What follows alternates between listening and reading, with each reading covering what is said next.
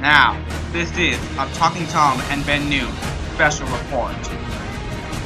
Good morning from the Talking Tom and Ben News Center in Talking City. I'm Talking Tom reporting, and we are following breaking news from the music industry. The Queen of Soul, Aretha Franklin, has died at the age of 76. She's best known for hits like Respect and Think.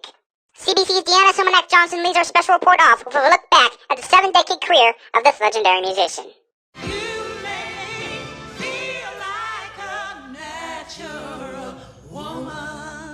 With a voice like a force of nature and a commanding stage presence, Aretha Franklin seemed born to be the Queen of Soul.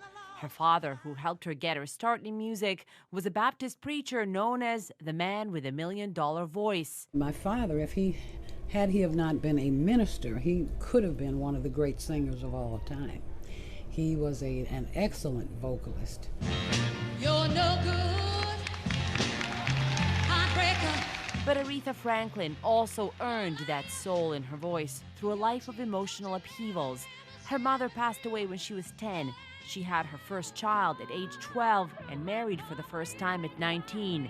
Still, the word about the young singer's talent spread. She was a masterful piano player, and then there was that voice.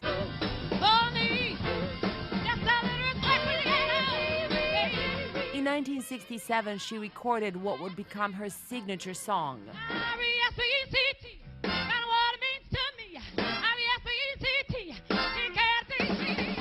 It means something that we all would like to have and we all should give, bottom line. By the 1980s, many R&B and Motown acts were no longer selling lots of records, but Aretha Franklin adapted to the pop sound of the new decade, singing duets with George Michael and Annie Lennox.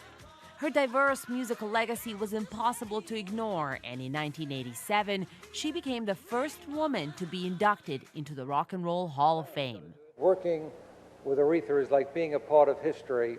It's like no other experience I've ever had. All of us are like Aretha fanatics. The sentiment echoed by singers across musical genres who showered Franklin with tributes reserved for a few other musicians. For me, what has always just been so fascinating is how she's just kind of an open channel. I mean, it's just nothing that she sings ever feels thought out or contrived. Aretha Franklin. In 2009, the daughter of a civil rights preacher got to sing at the inauguration of the first black president of the United States. I can't treat it of thee. Even in her later years, marked by poor health and many canceled performances, Franklin managed to pull off another career high. Her 2014 cover of Adele's Rolling in the Deep made her the first woman to have 100 songs on Billboard's Hot R&B charts. It was just another of her many achievements. With a career that crossed genres and spanned 7 decades, as far as RESPECT goes, few singers earned it like Aretha Franklin. Franklin was 76. Deanna Sumanak Johnson, CBC News, Toronto. Franklin gave her final performance last November at a gala in New York, held in aid of the Elton John AIDS Foundation.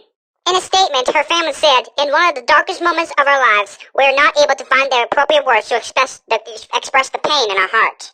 We have lost the matriarch and rock of our family. The love she had for her children, grandchildren, nieces, nephews, and cousins knew no bounds." The family also confirmed her death was due to advanced pancreatic cancer of the neuroendocrine type. Sir Elton John led the tributes on his Instagram account, writing, "The loss of Aretha Franklin is a blow for everybody who loves real music. Music from the heart, the soul, and the church. Her voice was unique, her piano playing underrated. I adored her and worshipped her talent. God bless her. My condolences to all her family and friends." She will forever be remembered as a great musician. Thank you for watching, folks. I'm Talking Tom. Have a good day. This has been a Talking Tom Men News special report.